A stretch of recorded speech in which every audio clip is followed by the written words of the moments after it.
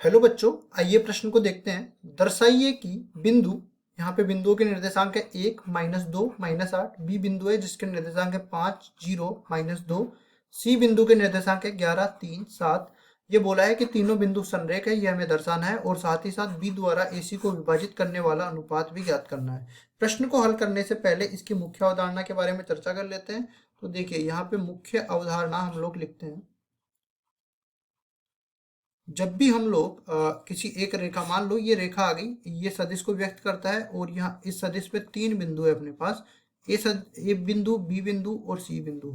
अगर मैंने A B सदिश निकाला और मैंने बी सी सदिश निकाला और दोनों का सदिश गुणा कर दिया, अगर ये 0 के बराबर आ गया तो मैं कहूंगा कि ये बिंदु संरेख है। या फिर अगर ये संरेख बिंदु हो गए तो इनका जो सदिश गुणा है ये 0 के बराबर हो जाएगा।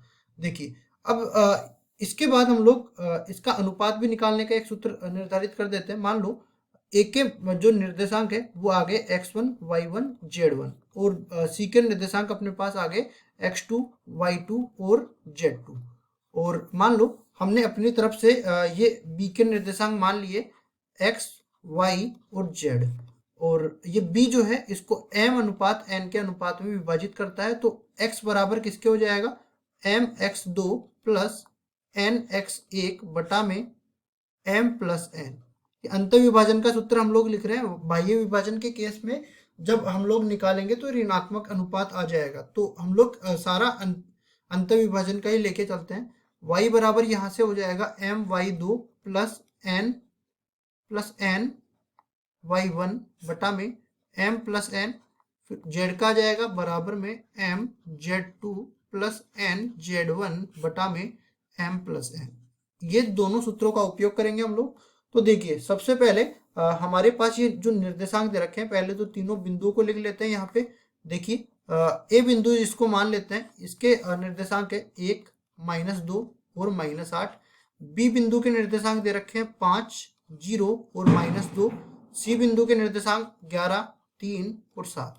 तो अब हम लोग सदिश को निकालते हैं। देखिए, ए बी सदिश अपने पास आ जाएगा। इसके निर्देशांकों में से ये निर्देशांक निकाल के जो घटक आ रहे हैं, एक्स घटक के साथ आई कैप का गुणांक लगा देंगे, वाई घटक के साथ जे कैप का गुणांक लगा देंगे और जेड घटक के साथ के कैप का गुणांक लगा देंगे। तो 5 - 1 4 आई कैप के बराबर आ जाएगा। 0 -2 तो 0 प्लस 2 हो जाएगा, तो 2 जे कैप हो जाएगा। और यहाँ से -2 माइनस माइनस प्लस का 8, तो 8 - 2 6 बच गया, 6 के कैप हो गया। इसी तरह हम लोग बीसी सदिश भी निकाल लेते हैं। तो बीसी सदिश कैसे निकालेंगे? 11 - 5 6 आई कैप, 3 - 0 3 जे कैप, 7 और माइनस माइनस प्लस 2, तो ये हो जाएगा 9 के कैप।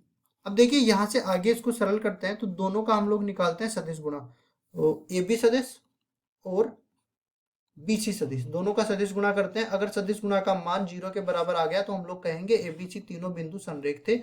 अब देखो, सारणिक विधि से इसका हम लोग सदिश गुणा निकालते हैं। तो पहली पंक्ति तो आई कैप और जे कैप और के कैप से आ जाएगी। दूसरी पंक्ति पहले सदिश के दिक् अनुपातों से आएगी। तो 4 2 6 से बनेगा ये 4 2 6। तीसरी पंक्ति दूसरे सदिश के दिक् अनुपातों से बनेगी 6 3 9, तो यहाँ से आ जाएगा 6 3 9। अब देखिए, यहाँ पे इसको हल करते हैं तो ये किसके बराबर बन जाएगा? पहले मैं पहली पंक्ति के सापेक्ष इसका प्रसार कर दूंगा। यहाँ प्लस माइनस प्लस चिन्ह आ जाएगा, क्योंकि जब भी किसी पंक्ति या स्तंभ के सापेक्ष हमें प्रसार निकालना होता है तो उस पंक्ति के या स्तंभ के अवयव को उसके संगत सेकंडों से गुणा करना होता है। यहाँ पे प्लस माइनस प्लस चिन्ह इसलिए लगा दिया क्योंकि संगत सेकंडों की बजाय मैं संगत उपसारणिकों से गुणा कर दूंगा। तो यहाँ पे जब आई कैप आएगा तो इसकी पंक्ति और स्तंभ को छोड़ेंगे, बाकी बचे हुए अवयवों का सारणिक ले लेंगे। तो 2 गुणा में 9 18 के बराबर आ जाएगा। इसमें से घटा देंगे इन दोनों का गुणा जो कि 18 के बराबर है। फिर माइनस जे कैप, इसमें भी देखो पंक्ति और स्तंभ को छोड़ेंगे तो 4 गुणा में 9 36 के बराबर आ जाएगा। इसमें से घटा देंगे 6 और 6 का गुणा जो कि 36 के बराबर है। फिर आ जाएगा के कैप, और के कैप में देखिए पंक्ति और स्तंभ को छोड़ेंगे 4 3 12 और इसमें से घटा देंगे 6 और 2 का गुणा जो कि 12 के बराबर होता है। यहाँ पे कुल मिला के सारा का सारा अपने पास 0 के बराबर आ जाएगा। तो ए बी और बी सी का जो सदिश गुणा है 0 के बराबर आ गया। इसका मतलब ये है, इसलिए ए बी व सी तीनों बिंदु संरेख होंगे। तीनों बिंदु संरेख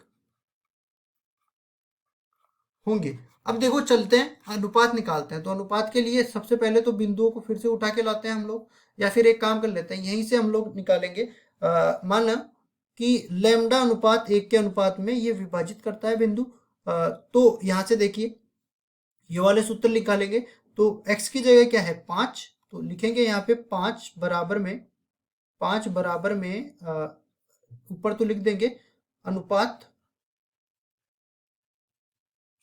या फिर इसको लिख देंगे विभाजन का अनुपात, विभाजन अनुपात, विभाजन अनुपात आ जाएगा। तो x बराबर में आ जाएगा mx2। तो m की जगह क्या है लैम्डा, लैम्डा गुणा में 11 और प्लस 1 गुणा में 1। तो ये आ जाएगा लैम्डा गुणा में 11, तो 11 लैम्डा और 1 गुणा में -1, -1 के बराबर आ जाएगा। देखिए यहाँ पे 1 गुणा में, सॉरी 1 गुणा में 1, ये +1 के बराबर आएगा। तो यहाँ पे +1 आ जाएगा, नीचे आ जाएगा लैम्डा +1।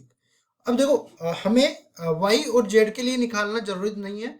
अगर एक अनुपात से हम लोग लैम्डा का मान निकाल लेते हैं तो अपने पास अनुपात तो आ ही जाएगा। तो इसको वज्र गुणा करते हैं। तो देखिए यहाँ से क्या बनने वाला है, 11 लैम्डा +1 बराबर हो जाएगा यहाँ से 5 लैम्डा +5, और 5 लैम्डा उधर जाएगा तो 6 लैम्डा बच जाएगा, और 5 में से 1 घटेगा तो ये बच जाएगा कितना, 4 के बराबर। इसके बाद इसको हल करते हैं तो लैम्डा का मान 4/6 मतलब 2/3 के बराबर आ जाएगा। अब देखिए हमारे पास अनुपात क्या दे रखा था, अनुपात ये अपने पास दे रखा था लैम्डा अनुपात 1, जो कि बराबर हमने निकाल लिया 2/3 के।